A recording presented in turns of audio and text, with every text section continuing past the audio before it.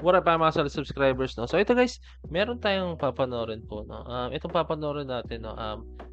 Andito guys si Ken daw, no? Casually strolling in Vancouver guys, no? So panoorin natin to, no? Kasi may kita natin behind the off cam si Ken kung paano siya um, alam mo yun, yung hindi natin siya mismo nakikita sa stage kasi iba-iba ugali ng isang tao or isang personality guys. Pag off-cam sila guys, no, talagang doon naman, doon na makikita yung tunay na sila. No? Kasi pag nasa stage kayo guys, tandaan nyo, no, para kayong, tulad ko guys, pag ako sumasayaw, no, iba yung atake ko pagdating sa stage. No? Kunyari, yung feels ng kanta na sinasayaw ko is kailangan medyo aggressive ka no, to the point na parang yung anger mo medyo, yung gigil mo andun talaga. At the same time, kung medyo emotional yung sayaw, kailangan i-apply ko yung emotional side ko rin, no? Para kailangan ko rin siya ma-justify, no? So, ganun, no? Tapos, pero pag yung halimbawang wala ng camera, guys, so medyo iba yung personality ko, no? So, tingnan, guys, kung paano si Ken off-cam, no? So, okay, panoorin natin. This video is from Star and and Trends.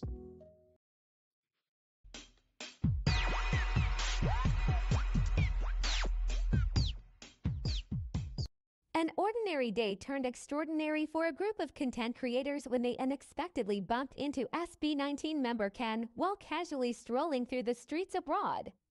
What began as a casual street interview soon revealed an unexpected musical revelation that left the interviewers and bystanders in awe. So yung mga nag-interview kay Ken, hindi nila alam na member siya ng SB19, no? The content creators, known for their spontaneous street interviews, were in the middle of filming when they approached Ken, who appeared to be enjoying a quiet day outside of his busy schedule. Initially, the interview was lighthearted, with questions about his travel experiences.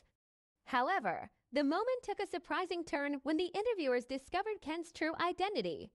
The interviewers, now visibly impressed, took the opportunity to ask Ken more about his musical journey. He graciously shared that SB19 had just wrapped up a concert in Taiwan, which was part of their international tour, bringing their music closer to fans across the world. So we did a concert in Taiwan. Vancouver is really nice, especially because like there's a lot of clothes in here and food is good. Fashion is a whole another level. Also, a cool place. So tomorrow we have a concert tomorrow. I'm here for a concert. So I'm an artist from the Philippines. So we did a concert in Taiwan also. Yeah. So we did a concert in Taiwan. Yeah, like 2 weeks ago. SB19.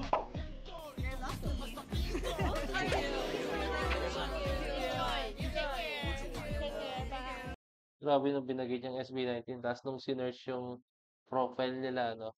Biglang ang dami naglapitan, tapos pinagpa-feature ang dami talaga guys. No? So, actually, hindi. Meron mga ganyan mo. Meron pang part, di ba guys, naalala nyo na yung si Ann Curtis guys, na parang casually naglalakad lang siya. Hindi ko na kung saan, matanda kung saan lugar ito. Tapos bigla siyang in-interview, no? About sa lifestyle niya, sa Heart Evangelista, ganun din, no?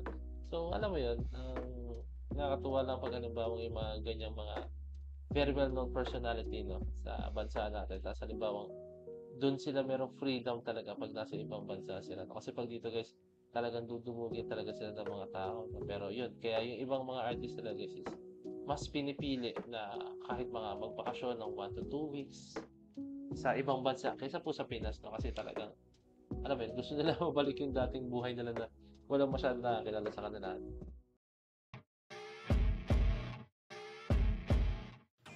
Ken and his fashion gets noticed in the streets of Tokyo and Vancouver.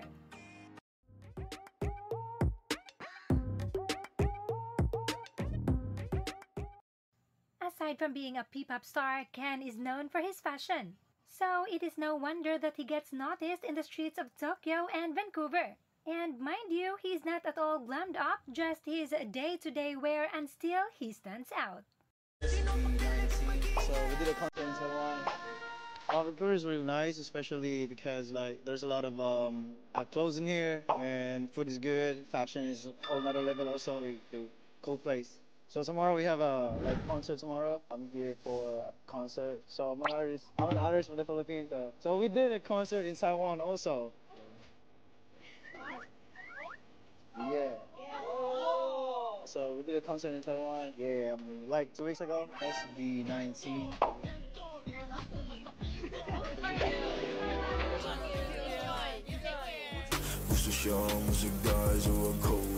My name is Philippe. I'm an artist from the Philippines. Oh, Philippines? Yeah, music artist. I'm a rapper. Rapper? Yeah.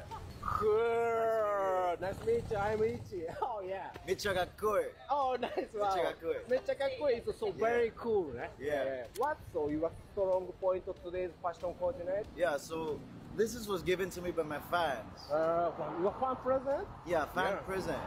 Well, set up. Yeah, the whole one. But this is from Balenciaga. I know. Back with what? Balenciaga also. Oh, nice, cool. What do you like the brand? So do you like the Balenciaga? And so any I brand? like Yeah. Chrome Hearts, Oh. Mason Margiela, I'm Margiela, yeah. Margiela, and Yasuhiro. Oh, Yasuhiro, Mihara Yasuhiro. Mihara, Yeah. And what more? Oh, many, ne. Yeah, Nice, I nice. like a lot of brands. Yeah. And so I like that. So your hairstyle so very cool. Show Thank me you so that. much. So my, yeah, cool. Cool Thank you so brand much. or red Thank color. Nice color. Thank you. Ito pa yung era ni Ken na pula yung buhok niya. No? So, Thank you so much. すいません今日は very thank you very much. Thank you so much. Thank you so much. This was an honor. Bye bye, guys. So, ayan. So yun guys, no, yun yung mga updates natin regarding po sa, yan, sa mga ganap ni Ken. No? So, marami namang updates sa ibang mga members ng SB90, pero yun yung mga nakita natin guys, ating mga nakalap. No? So, ayan, yun lang naman, no, si Ken, napaka-cool. Sabi ko sa inyo, no, si Ken, pag nasa stage, iba yung dating niya. No? Pag nakikita nyo siya sa stage, iba yung dating niya, like, akala nyo, suplado, akala nyo, sobrang misteryoso talaga. No? Pero, off-cam guys, no, may kita natin sa mga vlogs nila,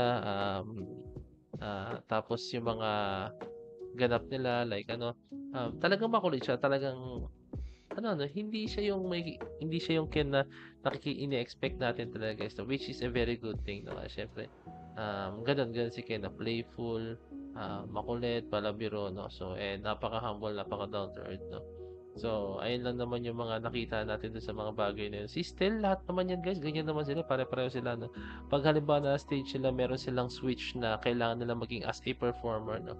Pero pag kailangan nilang magbigay ng maging ganto, no? Kaya naman nilang panindigan guys yung pagiging sila, no? Kasi pag halimbawa pineke mong sarili mo sobrang tagal guys, makikita at makikita ng mga tao yan, no? Hindi pwedeng hindi nila makikita yung ikaw po talaga, no? Meron yan, no? So sasablay ka diyan. Kaya ang mas maganda na lang is pakita mo lang kung ano ikaw, although na may mga limitations, no? Pero dapat kontrolin nyo rin yung mga dapat gagawin nyo, pero at the same time mas lamang din syempre yung tunay na ikaw, no? So lalabas yun. So ayun lang guys, I hope na enjoy nyo itong video na to. So this is Point of It signing out. Peace, let's chill.